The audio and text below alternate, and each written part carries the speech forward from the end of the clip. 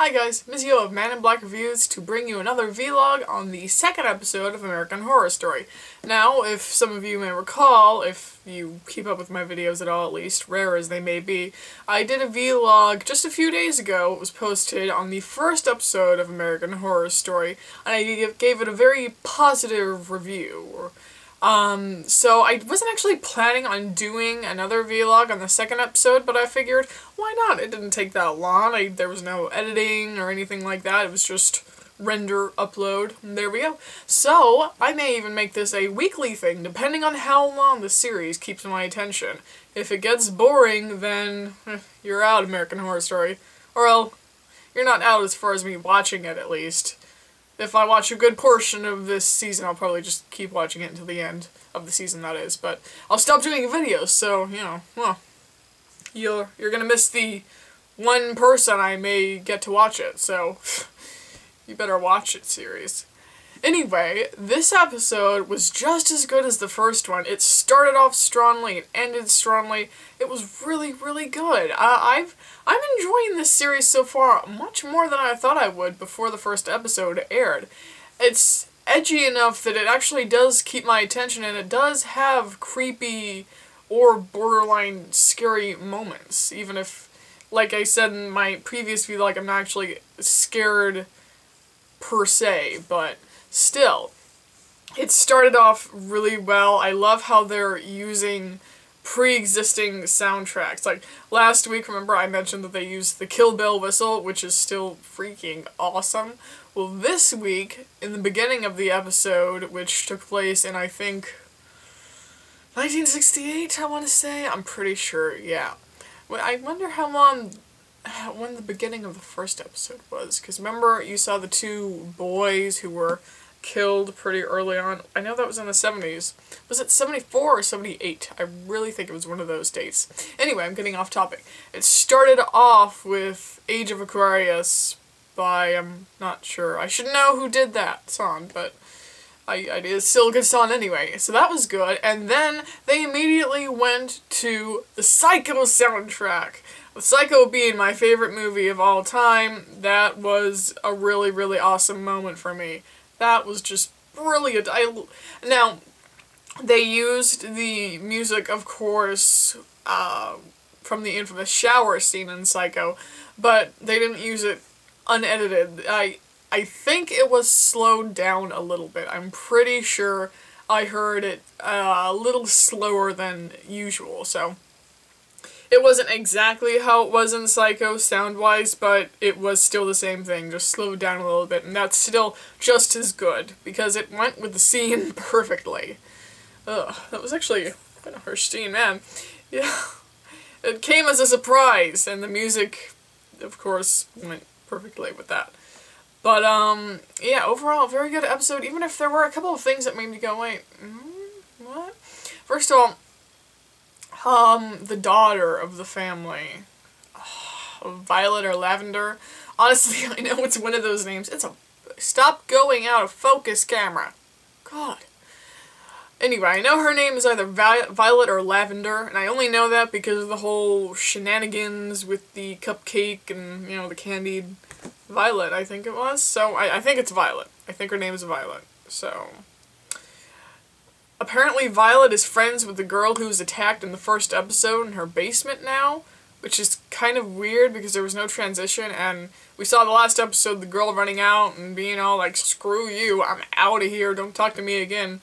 But then in this episode, in the very beginning, you see them talking, and almost in a way that friends would after that whole experience, which I found kind of weird, because if I was that girl who was attacked in the basement, I would have, I really don't think I'd be friends with her that soon after that. I mean, granted, she wasn't that great of a person to begin with anyway, but let's face it, that was, not the best experience, and I think I would probably avoid Violet from there on, but, whatever. Maybe it was just Violet going to her to talk to her about the experience or something, but still, it seemed like they were more friends than just, okay, so let's discuss what happened once. I don't know. If we never see this one girl again, then it's probably just that, but it did seem like they were friends, so that was kind of weird. Another thing I found weird was the whole subplot with the husband and the girl he had an affair with. She's just now discovering that she's pregnant, and pretty newly pregnant too, because it wasn't even showing. So it was just, that whole thing was kind of weird, because in the beginning of the first episode, wasn't his affair with her 8 months before they moved into this house? And not that much time has passed. So it seems like, I mean, or was it less than that? Because I seem to remember quite a few months between those two times. But does that mean he slept with her again after he was caught? In which case, what a douchebag. But again, I don't know, that just doesn't make sense. There's some sort of weird timeline with all this. I think that maybe there's a chance that I misread the beginning of the first episode that wasn't 8 months apart, but I'm not completely sure. It just, that whole thing's kind of confusing. As a side note though, man, she is gonna go psycho on him. Ooh. Oh boy. I bet he's regretting his choice to sleep with her before. Definitely. Let's see. Also, why... This just doesn't make sense. Why did Jessica Lange, the neighbor, that is, want to make Violet sick? I mean, I don't think she knew that they were going to be attacked, the family, and then the cupcake would get one of the attackers sick and all that. I don't think she knew that.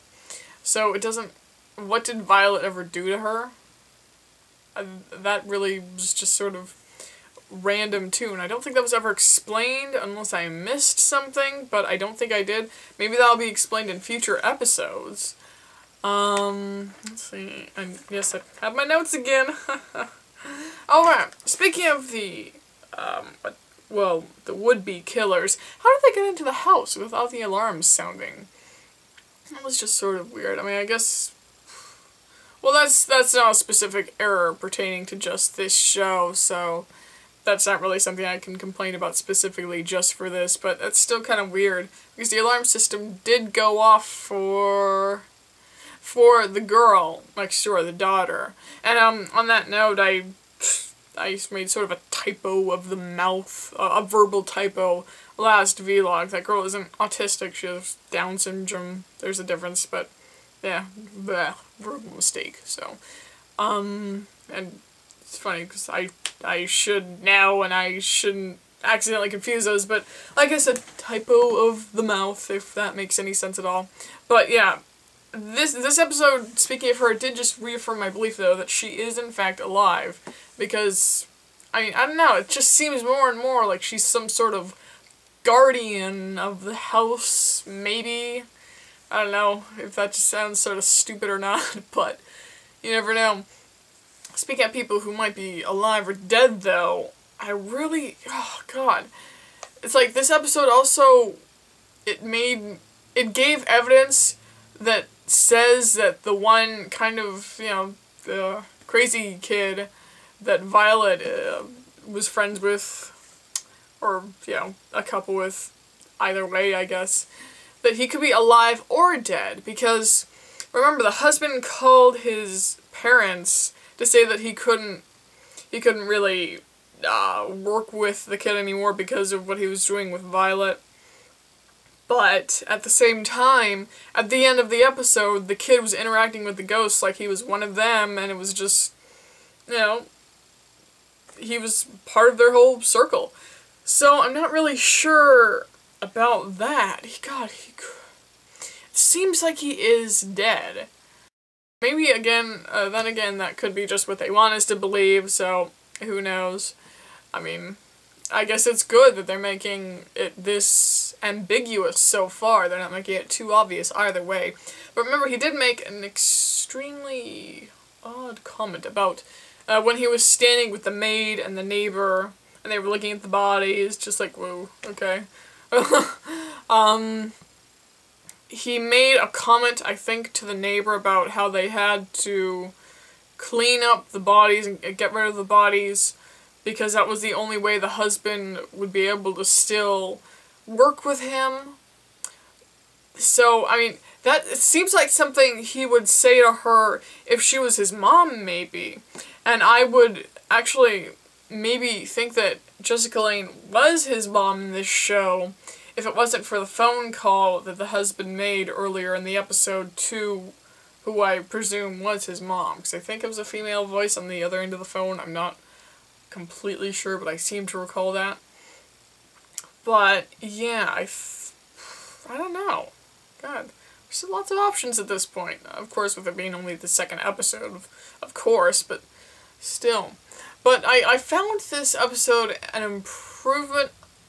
Well, an improvement in some factors. I mean, there were more noticeable holes, like everything I just mentioned, than in the first one. But at the same time, I noticed some differences, like, okay, you know how in the first episode, I don't know how many people noticed this or were bugged by this, you had the camera that was like really jittery and just spasming sometimes and just being all tweaky. That kind of is annoying. I've always been sort of annoyed by that in movies.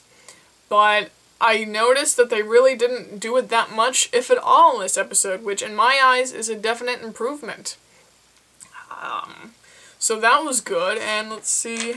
Let's go to my notes again. Oh yeah, another thing. Wow,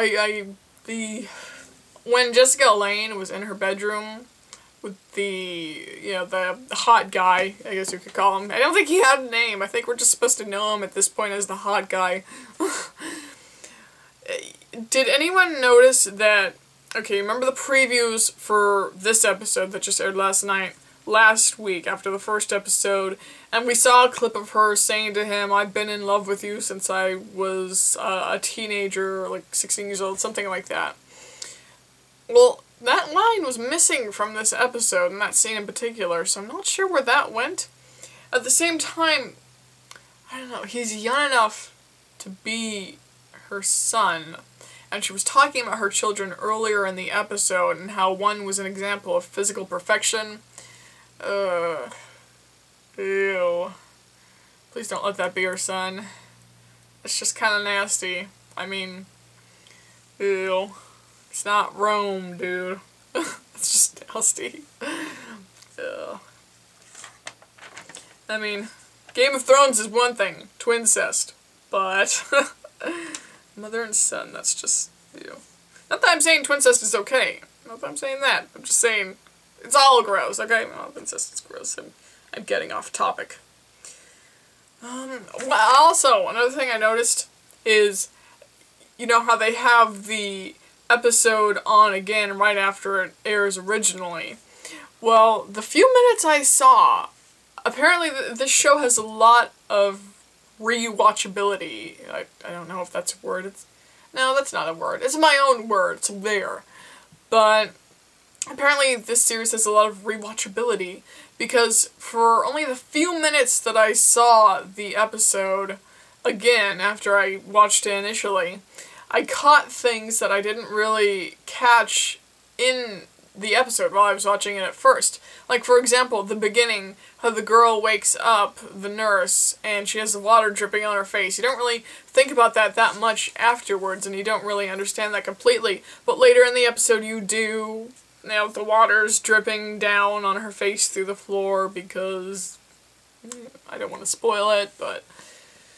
And then there is, the one would-be killer who has the dream of being cut in half, and